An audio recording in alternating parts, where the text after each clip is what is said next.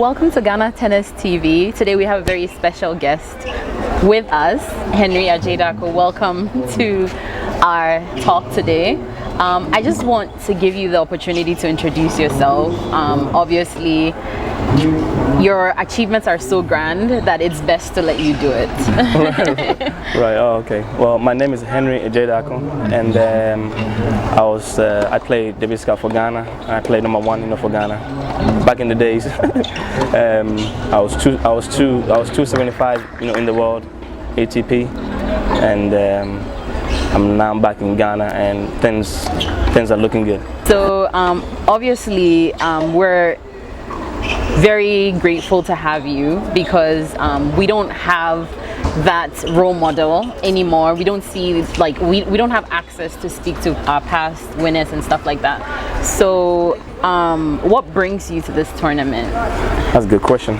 So my daughter started playing. Right. My daughter's 14 years old, Grace Darko, and that's what pretty much brought me here. So now I'm focusing more on her. Okay. And it's obviously great to bring her to Ghana and kind of see what her dad kind of went through and try and do similar things. Right.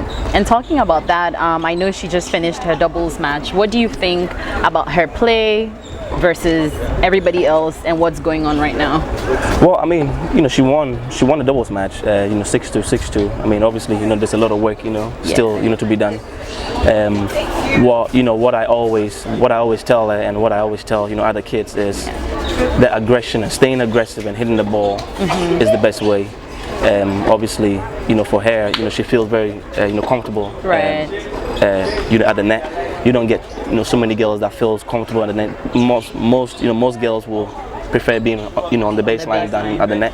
So obviously seeing that's very encouraging. Right. And I keep on encouraging her to do the same thing and keep staying aggressive. And talking about being aggressive, it's very nice to see that a father figure and a daughter figure. We know that most stars, Coco Gauff, Serena Williams, they have that kind of relationship. You're very calm when she's playing. Is there a secret to doing this right? No, there's no secret to doing that, because the thing is that when I was playing, I wanted to see people that I knew, my coaches, to be calm. Because if you, let's say for instance, if you lose a point and you look at your coach and your coach's head is down, or they'll be like, oh, it puts more pressure on you. Right. So I try to be as calm as possible. I might look calm, but I'm not calm inside. Right. Because it's probably the same mistakes that she does, or something. So I mean, I might look calm, but inside me is kind of burning.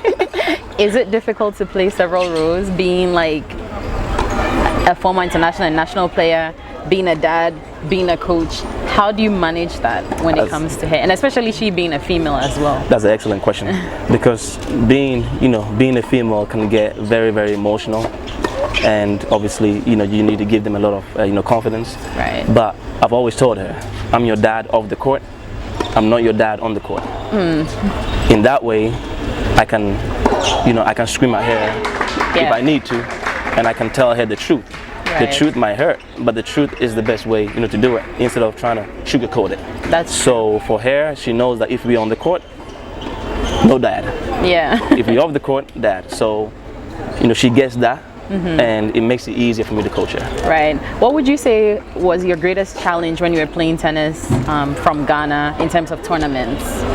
In terms of tournaments, back in the days, when I was playing, you had a lot of people, like a lot of good tennis players. Right. So it was always tough coming to the stadium and playing tournaments, because you already knew that you were not going to have an easy match. Right. There was no easy match. So obviously the competition back then was a lot more higher than now. So it was always like tough, nerve-wracking to come and play matches here. So yeah, it was. I mean, it was fun though. It was fun. Yeah, and there was a lot of rivalry, I know, back then, being a kid and watching you and watching everything that was going on. It's really overwhelming but fun, like you say. So what has changed though between then and now? What do you think the difference is? Still the same Ghana, still the same stadium, still the same type of people giving fans? Right. Right, true. Obviously, the difference is you don't have that much competition as before. Right.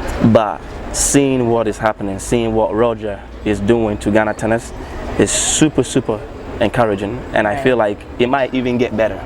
Yeah. Because at my time, we might have, you know, Milo tournament. We might have maybe 5-6 tournaments, you know, in a year. Yeah. But I mean, you know, we're having 6 ITF tournaments back to back, and that has never, you know, happened before. So for me personally, I think obviously Roger is doing a fantastic job. Or I mean, I hope you know he gets the backing and he gets the support.